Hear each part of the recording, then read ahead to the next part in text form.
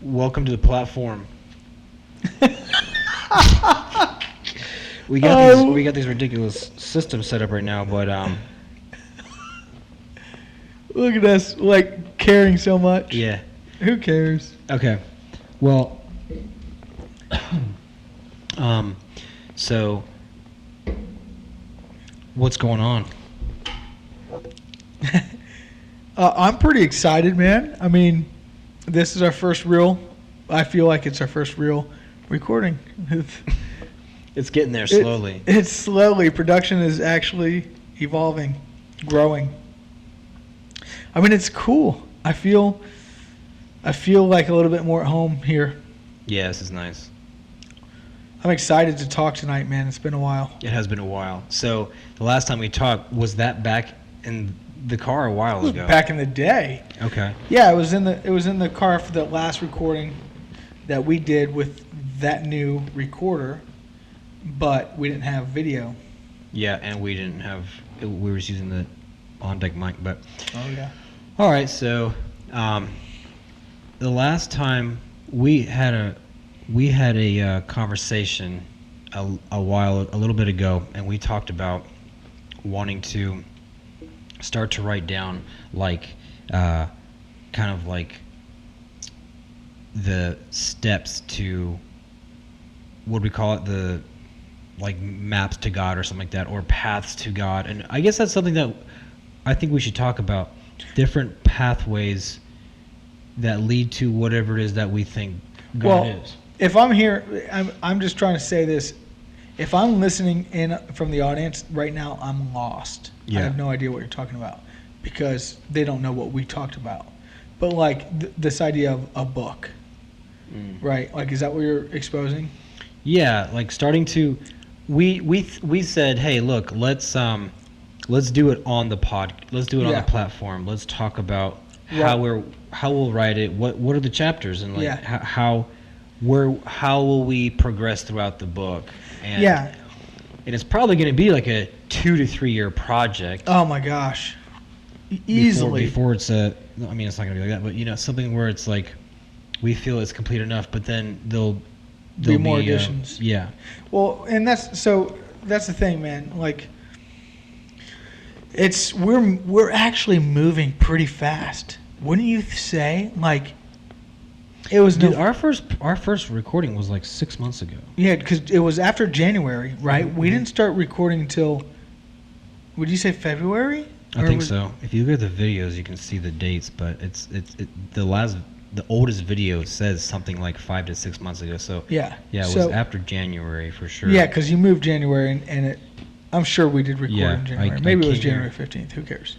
Yeah.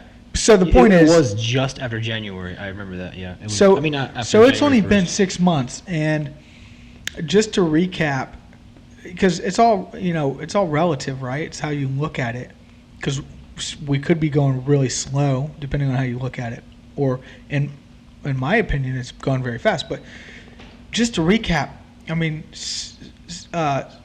8 months ago, you asked me, you had this vision of talking about holistic health. I mean, you said it in a lot of different words, but it was this idea about like seeking truth, absolute truth, in hopes of getting well, like fulfilled, whole. And you had this vision, you had this idea, and you approached me, and I was like, it was meant to be.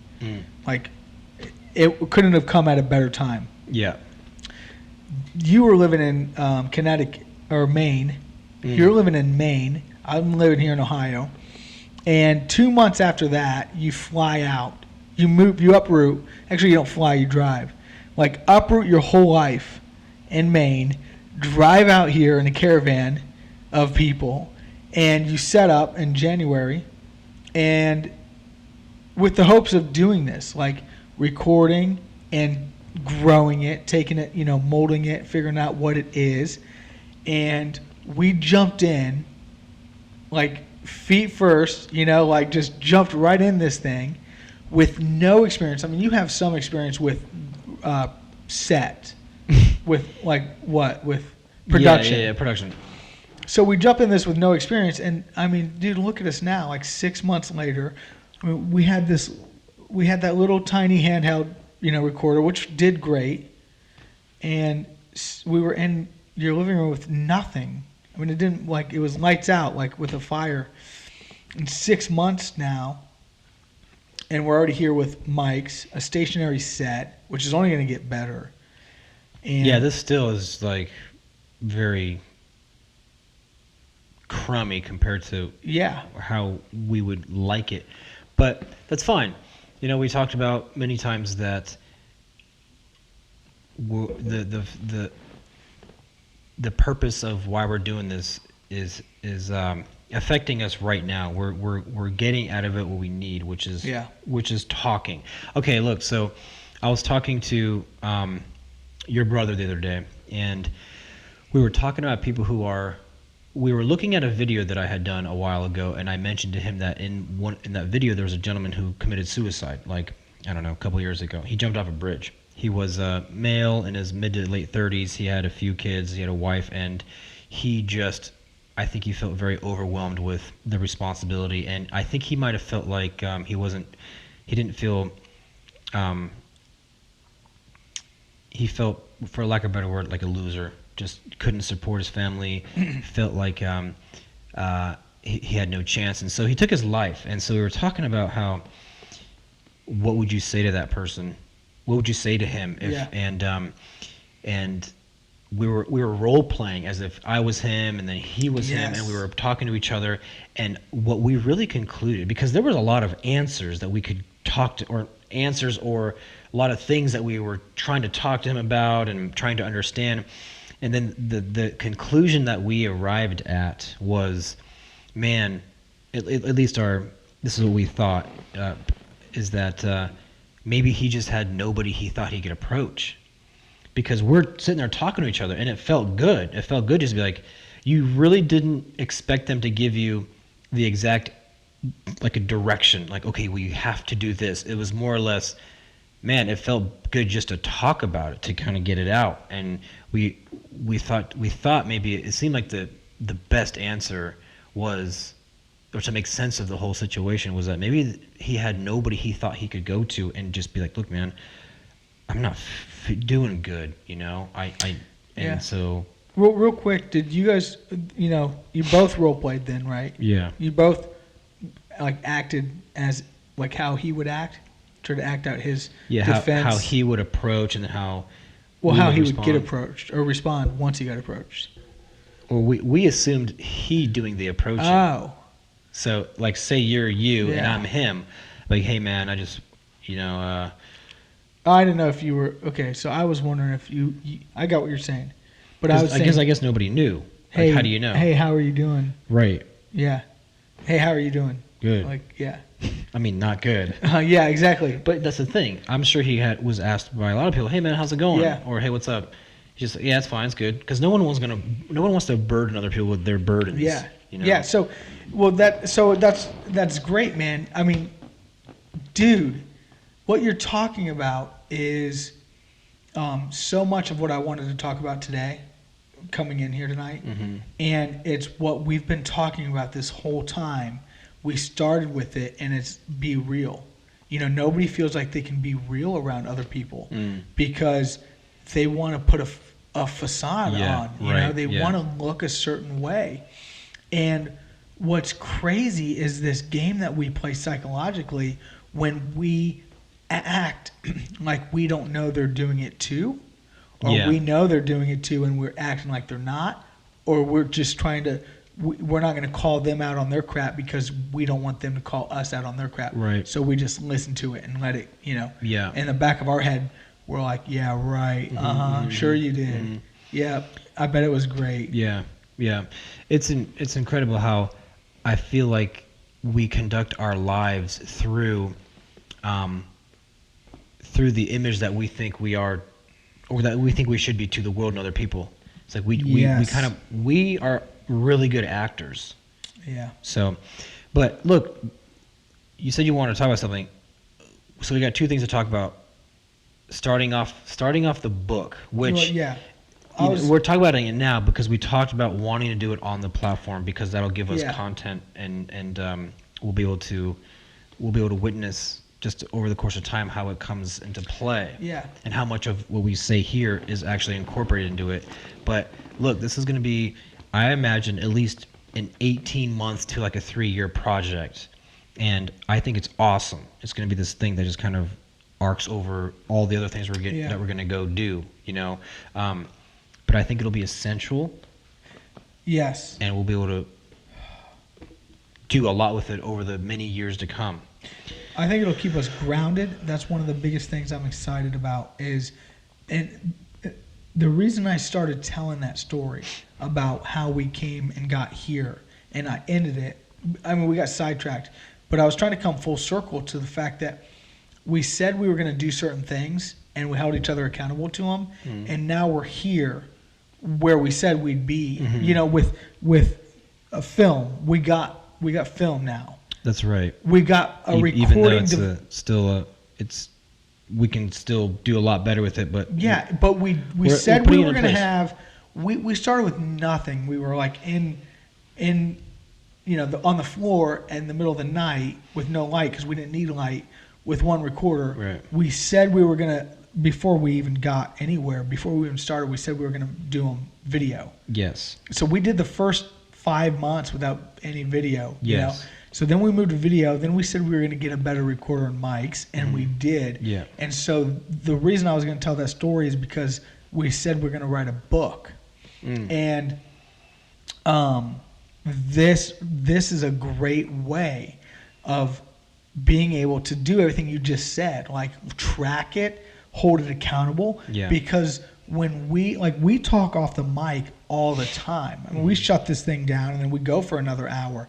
And we talk, and a lot of things that we talked about is how, like, this system helps us hold each other accountable to do homework and things. Mm-hmm. Like, we told each other, hey, man, we can't keep saying that we're going to answer this question or talk about this next week and come back and say, oh, we forgot, and then never do it. Right. And so, like, off the screen, we're like, hey, man, you know, we can't record this week because we didn't study enough on that one topic, you know, playing the victim, you know, that was one of the topics.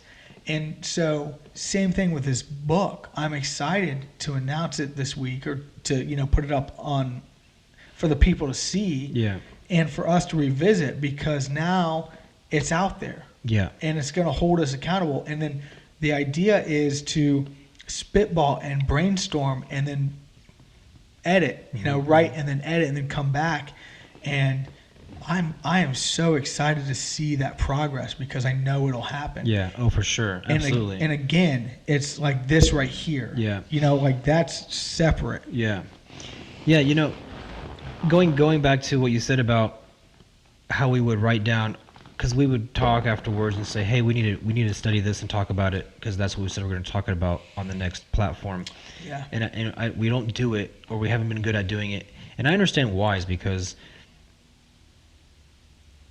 we're doing this because it helps us a lot. And I think this is what we want is to sit down and talk and get to understand things and talk about things. And it really doesn't, it's not so much about, I mean, it is, but it seems like, at least at first, it wasn't so much about the viewership or other people. Yeah. We wanted to, the reason why we're recording it is because, and I'm going to speak for myself, the reason why we're recording it and through video and audio was because of the things that I've listened to and watched that I said, man, that really helped me out. Mm-hmm. And who knows if the person who created it had some sort of other agenda, but the agenda for me is to expose this to other people so that they can be in the same boat as we are, or remain in a boat of staying sane, not going crazy, having a good relationship with God, knowing the truth, and just doing everything that's necessary that we have to do as human beings so that we don't go crazy and or go through depression and never get out of it, or just are in horrible circumstances, or exposing to new things, different things. Like, what's the path? Like, where are we going? But to do it with wholeness the whole time, being whole spiritually, mentally, And physically. that's a good plug for the book. So you started with like Path to God. We don't know the title. We don't even know what the book is essentially gonna like, how it's gonna unfold itself. But I think the idea is, now again, like me and Conrad haven't really even hashed this out. This is our first time actually talking at length about what it's gonna be like. But I envision that a lot of it is to be a resource to that person that before they killed themselves, that can go to and say, oh my gosh, like what are some really practical ways I can get out of my depression? I'm low, and it'll be a quick way to say, look, here's a new perspective. Here's things that work for these people. You're not alone. I mean, that alone right there, you're not alone. Mm-hmm. And it's not something that you need to hide. Mm-hmm. Like, you shouldn't be ashamed of it because everybody's going through it to some degree and they're hiding it, and you've just hidden it to the point where right now you can't handle it anymore. Yes. And so I think the book is going to be a lot about helping that person, and all those paths essentially lead to the ultimate fulfiller of all things, which is Jesus Christ, which is God. Yeah. I mean, that's the essence of what we're going for. Yeah. Yeah, and I've reached moments in my life where I question things. I say, what's the point of existence? And we all do. And but to really want to know, I really believe that if you really want to know, get some answers, then what you do is you really contemplate them and you really seek for the answers. I don't think it's something where you just kind of toss your hands up and say, oh, well, let me just carry on living, even though I have no meaning, no purpose, I don't know God, I'm miserable, I'm depressed, I just feel like I'm going through the motions. Like, I want to know. And I believe that God answers that. Yeah. And unless if we just say, like, dwell on it for a second and say, okay, whatever, I'm just going to go back to just, I don't know, going about, and for what reason, though? Well, do you think it's fair to say you get what you put out, you get what you put in? Yeah, I think that's fair, right? Mm-hmm. Like, to not just say, oh, why, and then throw up your hands. Mm-hmm. But, like... Well, because maybe some people some people arrive to the point where they don't receive anything, or not initially, and so it's easy to throw up your hands when... Well, and that's the thing. Give anything. That's what I'm saying. But what if you don't know what to give? That's the thing. It's like, well, then isn't that maybe okay? That's a hypothetical, but wouldn't God meet you where you're at? I think so. If you genuinely, that's the whole point of the conversation. Is if you genuinely are interested in an answer, right, you will do what is necessary of you to receive that. Yeah, absolutely. And if you're not, that's the proof that you're not. Yes. But here's the thing. There are some people that I know personally that they maybe don't know. They don't know. And so they don't know how. They want it, but they maybe fall into doing drugs or start drinking. Don't they seek out the people that do? Well, maybe not, because what if somebody's extremely ashamed and they're like, you know what, I don't even want to be around people, and they're not accessing themselves to people who might give them some leadership into that. So that's what the book is about. Yes, okay, because it's the maps. I think we called it, or I said, like, maps to God. Yeah. I don't know what I'm trying to think is what do you start to do to find God and start to know that whole world? Because there are some people who can tell you about, hey, like, find God, but those are like, I don't know, just go to church or something. Yeah. And it's like, well, can we get in a little deeper? Like, I want to get a little deeper, like more substance here. Yes. And so I think that would be good to start to be like, hey, here are the things that we learned and are going to continue to learn, and as we learn more, we're going to write them down. And we don't know what the conclusion is because we're going through it right now. Yeah. But so we could talk about the first couple, like I don't know, the first chapter or what we think the first bullet point should be, or kind of like generalize it. But go ahead. Oh no! I mean, dude, I lost my train of thought. There was so much I wanted to say. All that was great. You know, like I agree with all that. And I think I think there are real concrete answers to these questions. I think so too. I think there's I think we will find that there's a very common denominator that runs through all of this depression, anxiety, etc. And that there's a definitive answer to it. You know, whether it stems from I'm sure there's a bunch of variables, right? I'm not saying it's an easy answer, but I'm saying like there's some. I feel good that there are some concrete answers to some of these questions that we have, and even me and you, like at least me, I have ebbs and flows of depression. Yeah. And man, I just went through the thick of it, and recently. Yeah, just recently, and I was in it.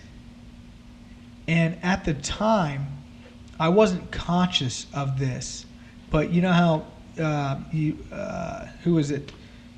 Steve Jobs said you can't connect the dots looking forward, but you can looking backwards. Yeah, you can only connect dots looking back. Yeah. Yeah, and so I wasn't conscious of this looking forward, but I knew that was something was transpiring inside me. I just trust in the process of it.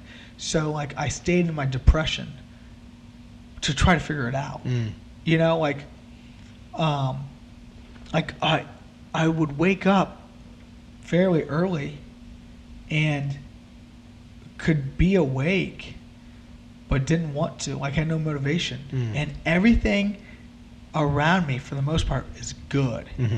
Like my lifestyle, my health, my friends, relationships, all that stuff's good for the most part. I mean, I'm looking into my life like, man, why am I not motivated to go do stuff right now?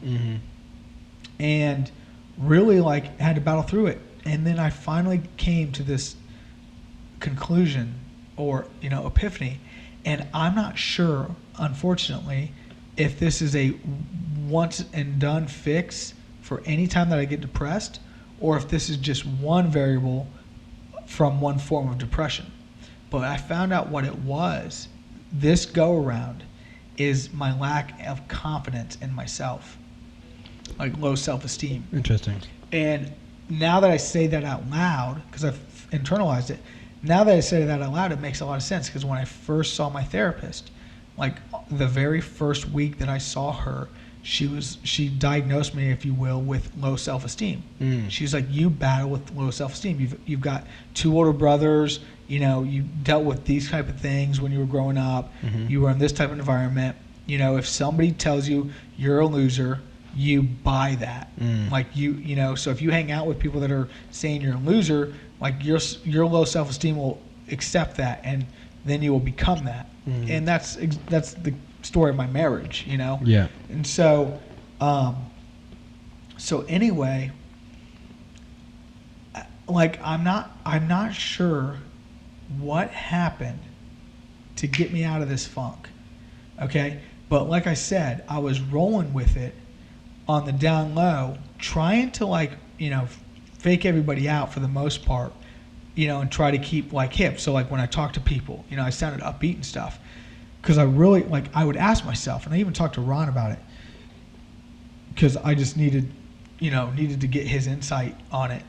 And was just like, man, it's amazing how you can feel so low when you have everything you want.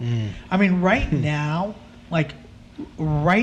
this moment in my life, there are only 2 things that I want and don't have. One is a permanent place to live, like my own house. Yeah. That I don't have to worry about moving stuff around and storage. Right. The second is a wife. All right. Other than those 2 things, everything I want, I have within reason. Right. Like I'd love to take trips and drive a sports car, but within reason, I have everything. Yeah. My health is good. My kids' health is good. Like, everything is going really well. My business is growing. But I'm, like, batshit depressed, like, miserable. And, you know, I'm even, like, my social life is great, you know? And so I am not sure what happened, but my confidence was gone. It was gone. I don't know if you can relate to that, but, dude, for some reason, I just felt inadequate. And this all happened, like, you know, in a moment of realization that, you know, I came to this point. It was like an aha moment. And I'm trying to think. And my biggest problem is I struggle so much with arrogance and humility, like trying to be confident and not arrogant. Like, where's that line? And the thing is, people think I'm a really arrogant person, and that's fine because I am an arrogant person. Like, if 20 people think that, then I must be that. Right. But when I am behind closed doors, or when I'm whatever, I'm insecure, and I talk to God like, God, I'm the lowest of the low, right? Like, I pay homage and respect and, like, all humility to Him. Like, I don't think I'm better than anybody. I think I'm worse.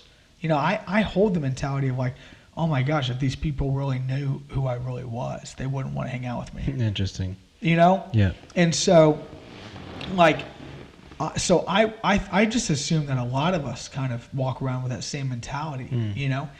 But the thing is, I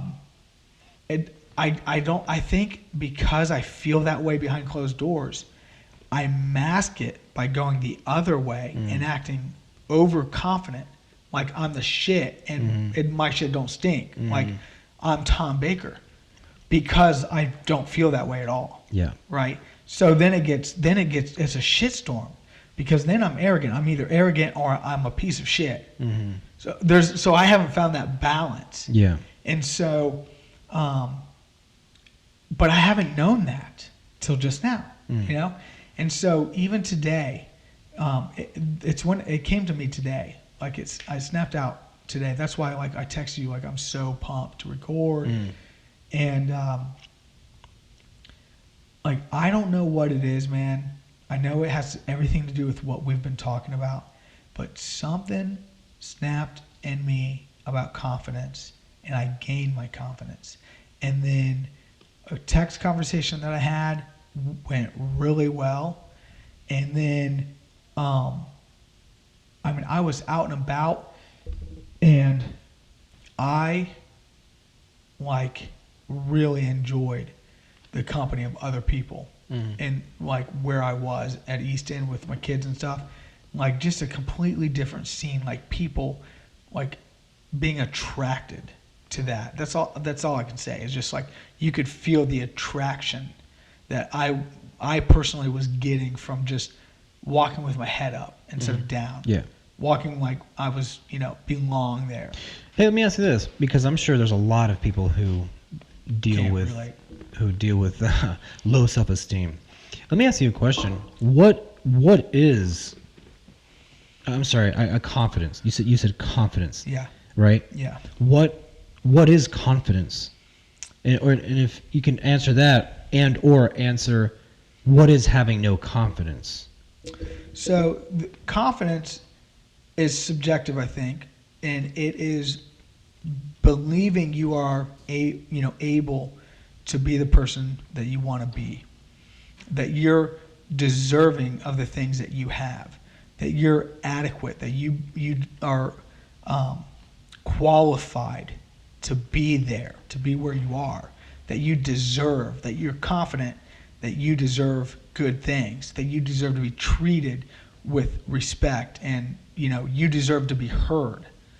So that you are on a level playing field with everybody else, and there's nobody that's superior and nobody that's inferior. That you are that is true, and that you belong. And so when you're confident and you're humble, then you don't need to assert that confidence. It doesn't need to manifest necessarily. Right. And I'm just speaking off the cusp, so like, but I just assume that, like, I just think about Stern, and like how confident he must have been or probably was in a lot of areas with finances, and hardly ever dressed up, would drive his Ferrari in sweatpants. Right. So confidence could also be described as not being concerned about others' opinions of you. Yeah, that's huge. So I don't think that's not what confidence is, but that is the result of confidence is the result of not having that, or having that lack of care of what people think. If you can master that, if you can really master not letting it affect you, what people think. Like, for example, I just thought about this probably within the last 2-3 days. Like, crazy enough. Do you know those high boots that I bought in Maine? The little big ones. Yeah. Yeah. So I love those boots. Those are sweet. I love them. And I know, just personally, that I'm too short for them because my knees aren't longer. Like if I had, longer stretch of leg right there, and I was taller, then those boots would sit perfect. But they sit a little high. Yeah. But they're the best boots for winter. And so I wore them every storm that I could, whatever, last year. And I loved them, but you could only wear them in a storm because they're freaking real winter boots. Yeah. And so I wore them into a bar one time that I frequent. Sorry. And some guy that I know pretty well from going there made fun of me for them. And, I went to the bathroom because I was on my way to the bathroom, but I was thinking about it. I was like, man, I had to consciously sit there and think, like, am I going to let this affect, how I view these boots and how I like them? Yeah. And so if you can master that, like no bull crap, then I think you're going to be in a pretty good place. But there's that fine line between not caring and going overboard with, like, you don't have to care because you're always right. Or, taking it too far. Like, you can abuse anything. Right. Yeah, I could definitely see that.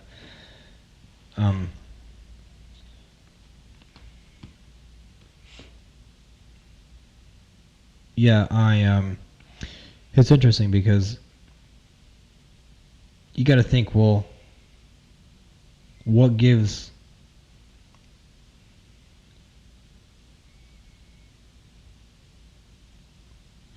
it's like, I think a lot of confidence comes from people who think that they're doing things the way, and this is a false confidence, I would say, but it comes off as confidence.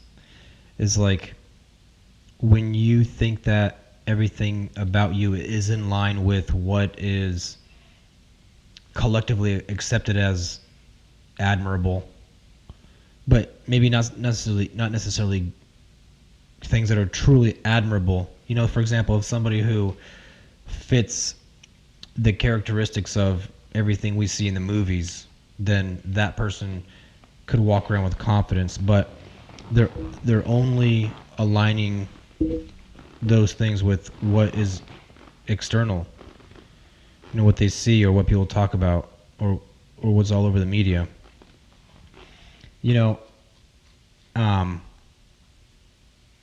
One thing that I like to think about quite often is that no matter how much we have figured out as a collective species and as individuals, one thing that I always think about in other people is that nobody has the big answers. Like, nobody. Mm-hmm. And so we're all just trying to figure it out. And well, there's that point. But so one thing that talking about the book. Yeah. Is there anything else you wanted to talk about? Well, yeah, I mean, there's one thing, it's getting late, but one thing I did want to talk about that I was really excited to talk about is um, as we seek truth, like big capital T truth, Yeah. I thought how much better could it be than while we're seeking truth, we be truth, we be real. Oh yeah. And so that's something that we've been doing this whole time, right? Yeah. Like we told each other, like there's no point in being fake, Right? Like, just being the real version of yourself, man. And I think that if we can find a way to articulate that in like a 5-step process, and I know that may sound funny, but just be yourself. Here's 5 ways to do it. Do what you think and think what you do and say. I'm just making say what you think. Right. Like just be real to some degree. I think that would be a game changer in the world of like mental health. Yeah. Because none of us are real all the time. Yeah. And there's such a like deep psychology about that. Like then we start believing these lies that we're telling ourselves. Yes. And then we start we think we're that person, like it's dangerous. And so I was just thinking like, man, how can we be real? Like, how can we be as real as we possibly can in here? And, for me, it might be like cussing, as simple as that is. Like, I might be like, man, I feel like I'm fucking sick, of so pissed off at this or whatever. Just being like, all right, this is just me and this is raw. And if I can't be that in this place, then why would I feel like I can be like that anywhere? Yeah. You know what I mean? Like, why can't we just be who we are? And I was just thinking about that because I thought about like some things that I've overheard said in the last like month or 2 months. And it's funny because in different contexts, they wouldn't be said because you would be afraid of, how you were viewed in that context, depending on what you said. And some of that is good, right? Like, you wouldn't like necessarily talk to your boss or the president of the United States or, your pastor in the same way you would talk to your homie, Frank from 3rd Street, I don't know. So I think that's an interesting point because it seems as if obviously you're more real with people that you know more about and that you have more experience with. Yeah.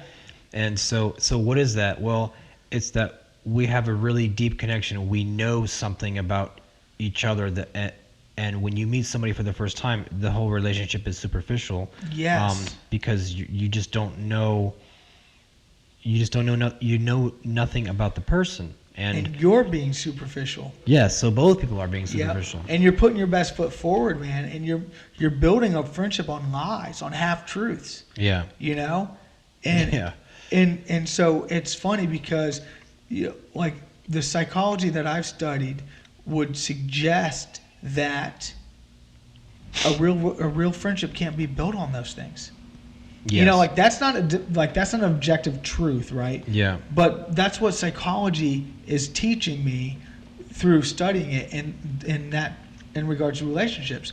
Like I've heard people say that you can't have that. The reason, part of the reason that your best friendships from like grade school and stuff is because you go through so much diversity. Yeah. And that's what bonds you.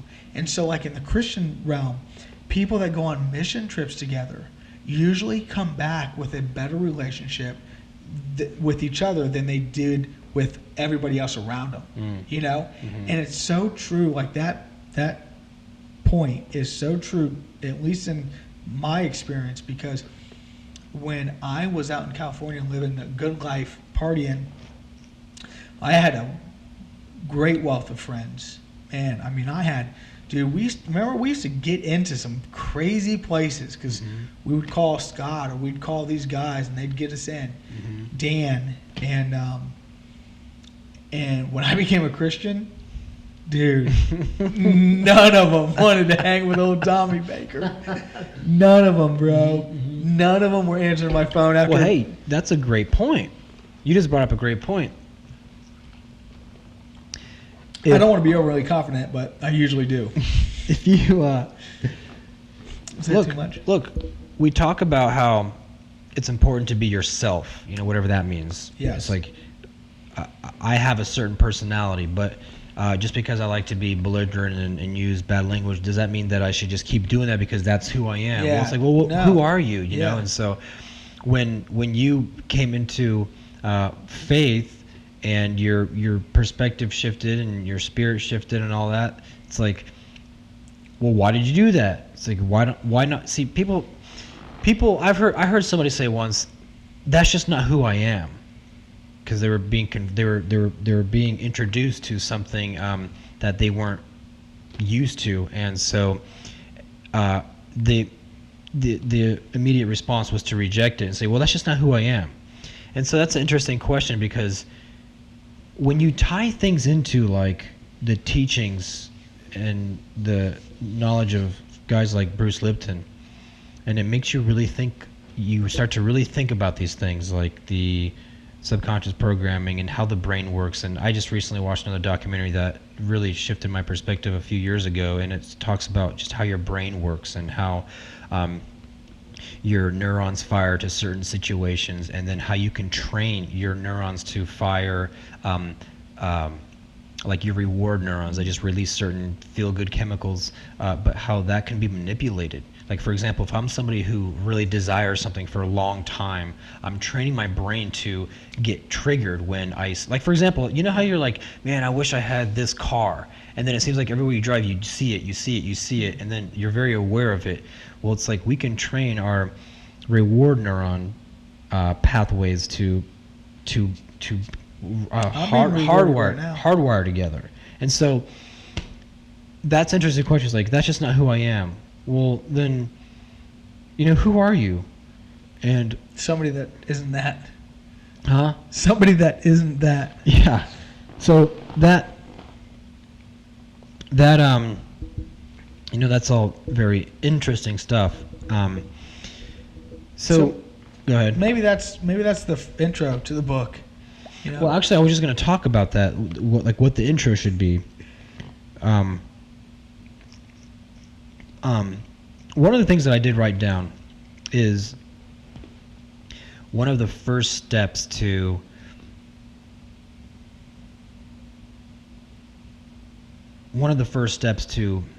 I don't know what you want to call it, knowing God or changing or I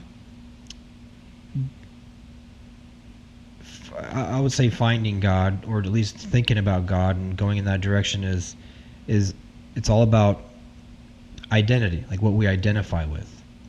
You know, earlier in this recording, you talked about going through like depression, and then you asked me, you're like, I don't know if what you've been going through. One of the things that I've been going through recently was my like identity and my intentions. It's like I constantly ask myself, why am I doing what I'm doing? Like, why am I doing what I'm doing? Because there's a million things you could be doing. Yeah. And so I ask myself, what are my intentions? And I always arrive at the conclusion that now God is just at the forefront of everything, like my mind and my heart, my soul.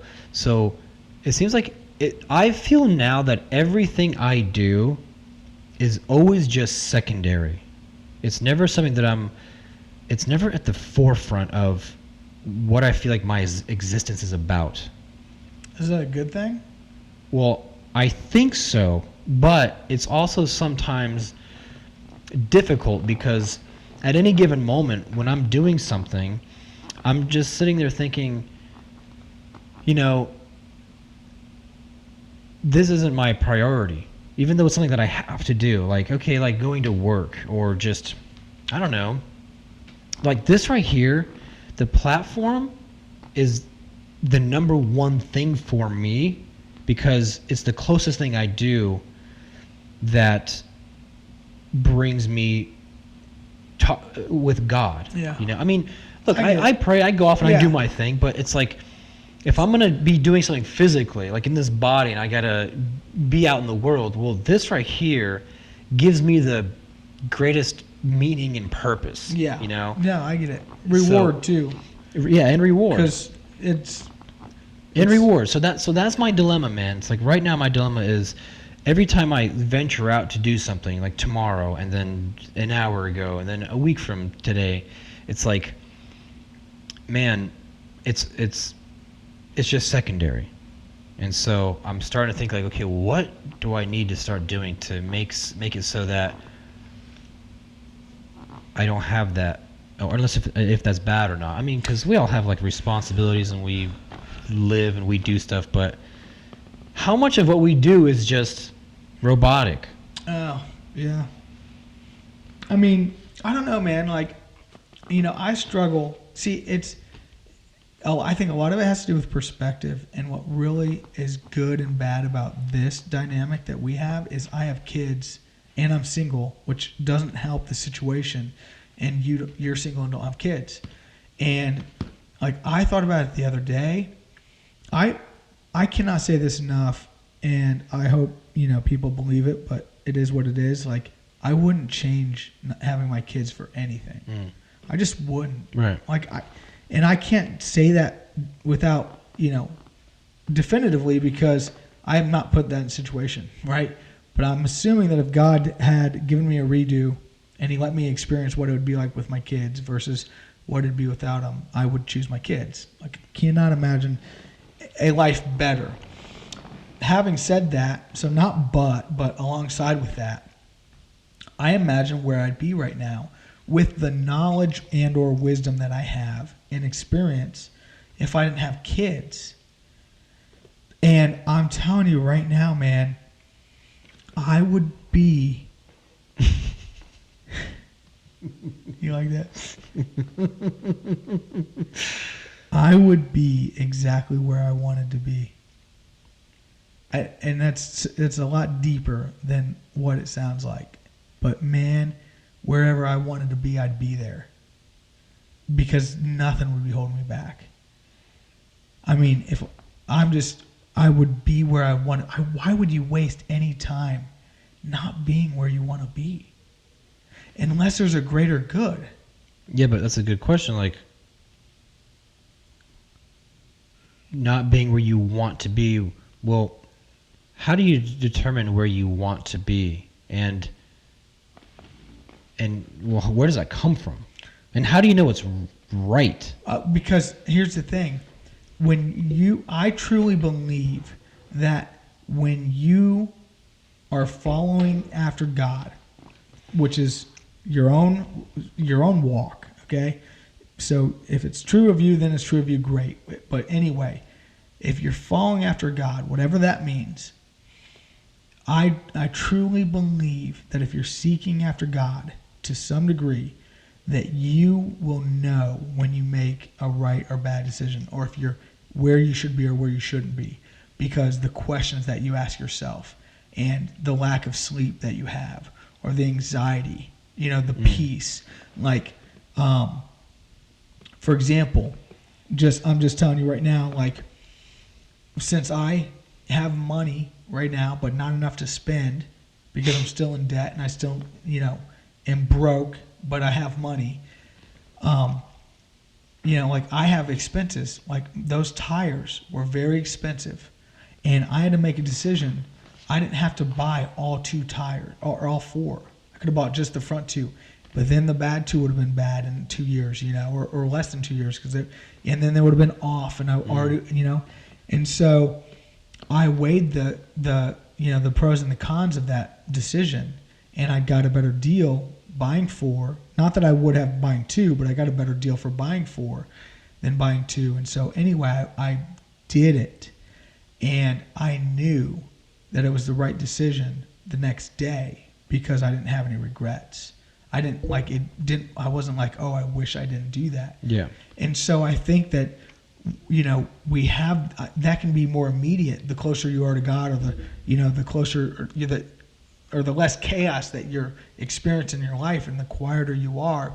I think those responses happen faster when you've done something that is okay versus like, oh my gosh, I wish I wouldn't have. And so where is it that makes you happy, or where is it that you want to be? How do you find that? Like that's your own struggle, that everybody has to find. Like for me, it comes through traveling, and I know through where I've traveled where I want to be. And a lot of it, just throwing this out there because I'm being real and transparent. A lot of it has to do with movies, like scenes that I see, and I can place myself in those scenes and be like, oh my gosh, this is the lifestyle that I want. So if this is, okay, maybe this isn't real, or it's like sugar coated, right? Like they're penciling in different colors to make it even brighter. Mm-hmm. But the idea of it's real, like that is real. Like the wind blowing in this person's hair as they're running along this beach after a loved person, and I completely made this up, but that's a real thing. Her dress isn't going to flow like that, and like the birds aren't going to be perfect, and the sun's not going to be perfect as it is in this still shot. But anyway, my friend Sarah is in Florida right now, just to give you some context, and she just sent me some pictures today, and she's down there. And I would never want to live in Florida, by the way. Like I love tropical places or whatever with the sun, but Florida's not my thing. But I saw that lifestyle. She's like, I'm like, which place is better, this place or the last place that you stayed? She's like, well, the last place was nicer, but this place is right by the dock. Like I walk out the back and there's the dock. She's reading right on the dock. And I just thought, like, dude, you can go out and read on the dock. And if that's serenity to you, and you're in Ohio and you can't do that, it's sure you can go down creek or whatever, but it's not the same feel, then why are you in Ohio? You know what I mean? And I preface that with, whatever's the greater good, the greater want. If you have family in Ohio and that is your desire is to be with family over your health or over, a tropical area or something, that's fine. But then be content with that, Yeah. And get over the fact that, like, don't bitch and complain about the weather when it's good and when it's bad, because nobody's forcing you to be here. Where, like, if I had it different, I wouldn't be in Ohio right now. As soon as my kids are out of high school, I'm flying the coop, bro. I wonder how many people are living life feeling as if they're not living it. Life. Yeah.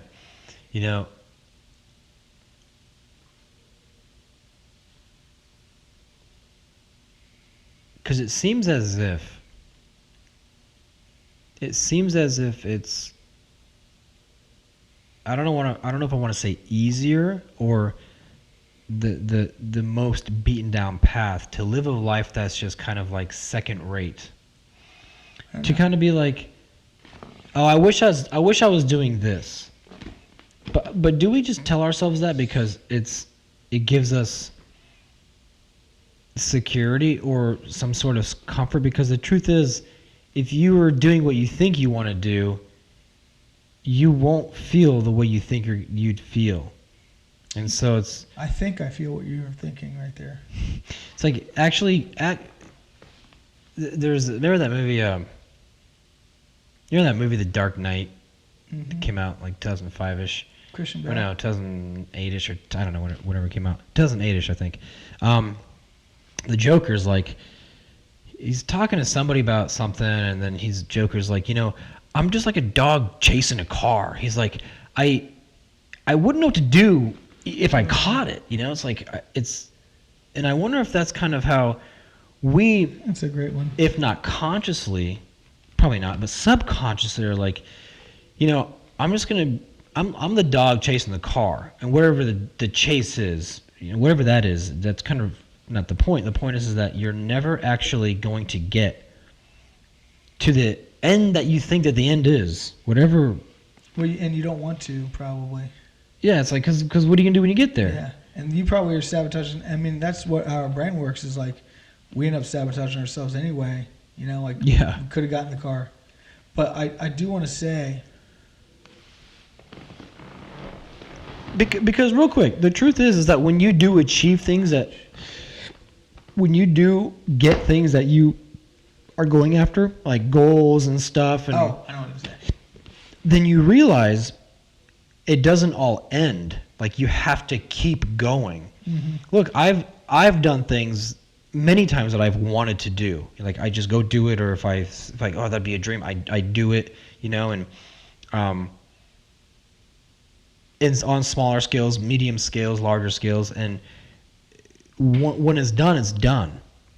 And so it's almost as if holding the idea of having a big dream is actually more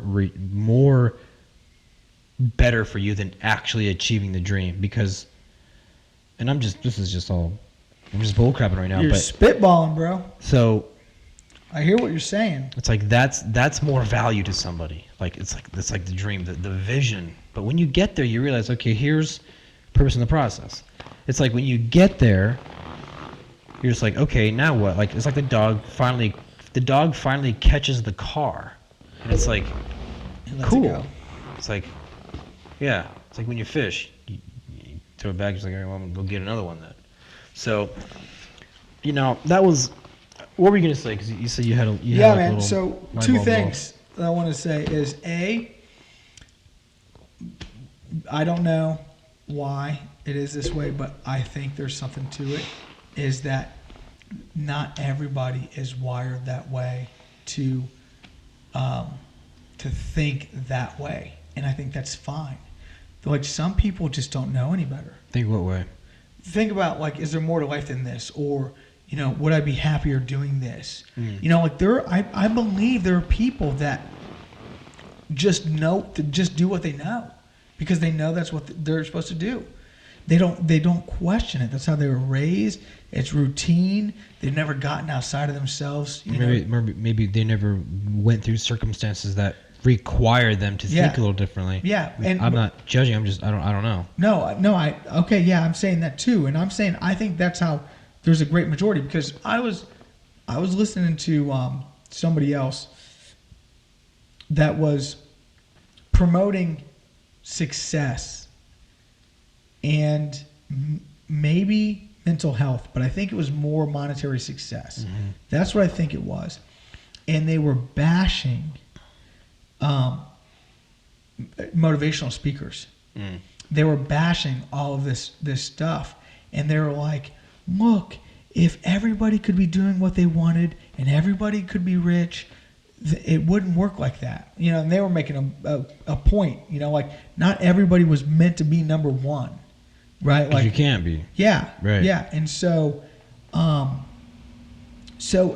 believe that there are, like, people that for whatever reason are just indifferent to that. They just don't see it that way. They don't see whatever existence. But we're not making a case that one of them is objectively right or wrong or better or worse, because once you're aware, because ignorance is bliss. Yeah, sure is. Like, so even though, like, I'm so grateful that I know what I know now, it's also a double-edged sword, because now you have to make a harder decision because you know what you know, Right. And so, I wanted to say that, and then I just wanted to say too that based on what we were talking about is today.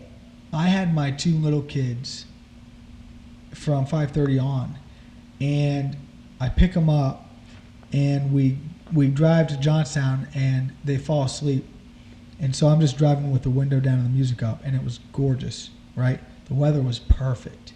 So then I drive to Easton and get Con at a haircut, and I'm having so much fun. I mean, Chloe's wearing my LA Dodgers hat, and it's a flat bill like this, and it's too big for her.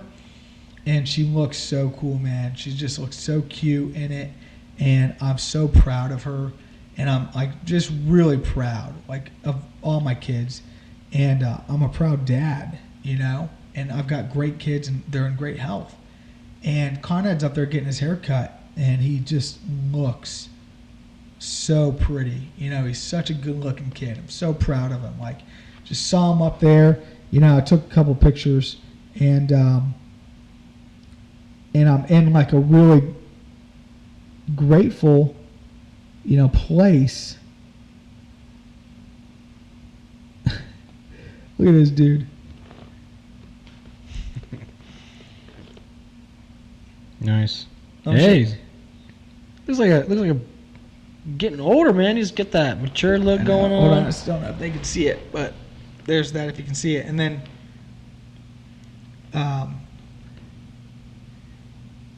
hold on there, stud muffin. Look at this girl.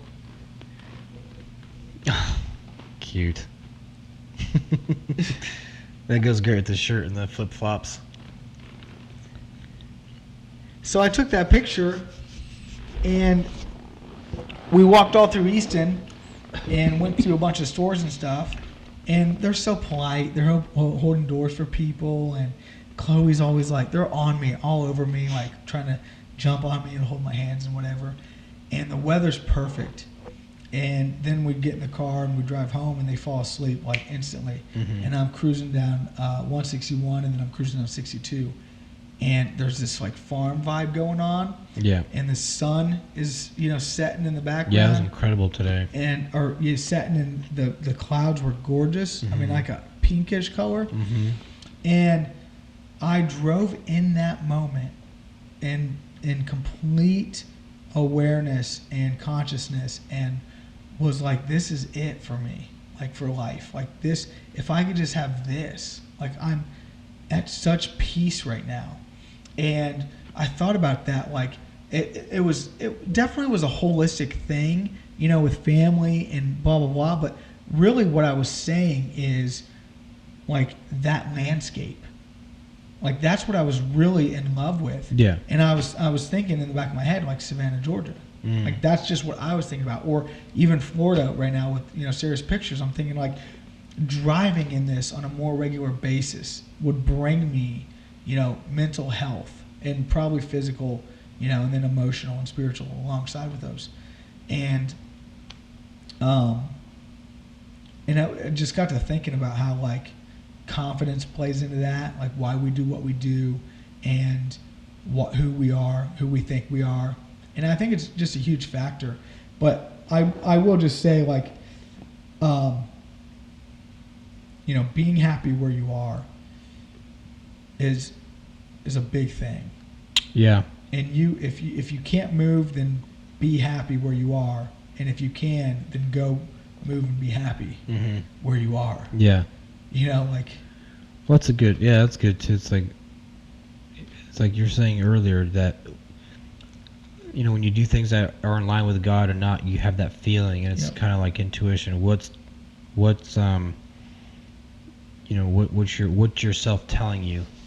Like move or don't move. Then Yeah. I would say act on it, do it. Yeah. And If it doesn't pan out. and so for me personally, I've done that many times. I've Yeah. done that many times where I'm just like, I'm gonna go here, I'm gonna do that, and I go do it. And so, And dude, perfect example. Just to answer your own question, like that trip, to Germany. yeah, You did it, and it wasn't what you wanted it to be. right, And okay, yeah, you are out that money, but you're not out that experience. Yeah.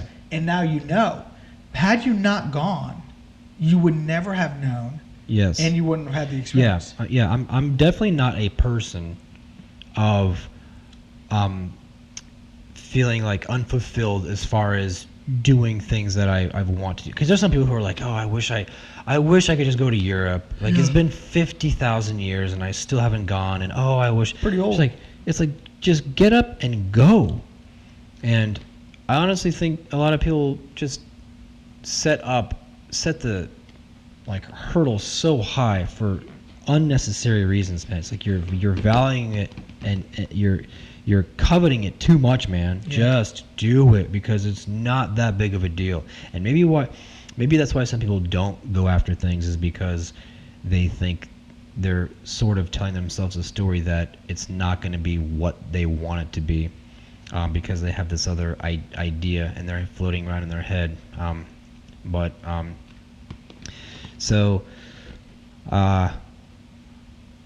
Yeah, I mean, I guess it would have been cool to get into like at least what the first few things of the book were going to be. If I could just say one thing that I wrote down here, as far as like the beginning steps, I would say, and we could talk about this later, and maybe even off camera, is like what is the first couple of steps? Well, I would say the change what you identify with, because we identify with a lot of different things that are very worldly. You know, whether it's I identify with the idea of what I am, like I have a perspective of myself that I feel like the world wants to see, so I got to get that. All right, here's my identity, there's my identity, but I would say that in order to move in that direction, you have to identify with yourself with God. So that's something we can, and then so what's your thoughts? Like, to wrap it up, what do you think the first, forget the introduction, what's the first chapter or step or rule or whatever you want to call it? What's the first pathway? Okay, so if it were up to me, without thinking this through all the way, my knee-jerk reaction would be to lay the foundation on how you first must approach it with faith. If it's not even possible, if you're not even willing to give it a chance, then don't even start. Because if you don't think like it's possible for you to change, or you don't think that it's possible that there's a God and that He would reveal Himself to you, then don't even bother. But if you just, if you're open to it, and I'm not saying start by believing, I'm saying start by believing it's possible. Yeah. And then once you open up your mind to that it's able, then God will meet you there. Yeah. Because, it doesn't matter, like psychology will tell you this, if you're not willing to accept that truth, then it's not going to be true. Yeah. Like if you don't accept it as true, then to you it is not true. Yeah. All right. Well, we'll work on that. We'll talk about that the next time more in depth. One thing that I want to say is that we are going to start prepping for the train trip. Yes. You want to talk about just for 2 seconds? Yeah. Like we have the. Oh gosh. What we want to start doing on the platform is starting to travel with small groups, and because we believe that travel is a huge part of. It's a huge part of changing your perspective, exposing yourself to new things, and opening up the world that you live in. And who knows, you might be an avid traveler or not, but we want to eventually start building a core group of individuals who would definitely be up for going on these little road trips. So the first thing we want to do with a few people is to go on the Empire Builder train trip, which I believe starts from Chicago, takes a northern route to the upper states, and then lands in Portland, Oregon. No, yeah. Portland, Oregon. You're on the other side. Portland, Oregon. Yep. And then we'll decide if we're going to train back or fly or whatever. But so we want to start talking about that and then incorporate that with the platform. Yeah, we want to take 2 to 3 people, and the great thing about it is we don't care what diversity this person brings. They could be completely against everything that we say. Yeah. Completely open or neutral to it, or have a strong opinion about it, which nobody I know is greatly opposed to. Like, but I would say that we only ask one thing: is that You're open. You're open. You're open to trying new things.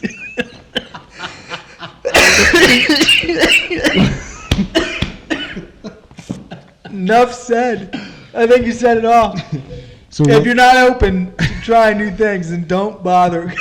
This is sleeper cars.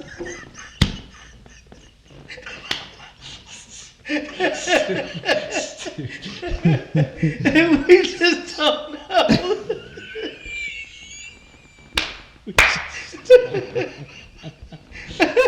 We just don't know what's gonna happen.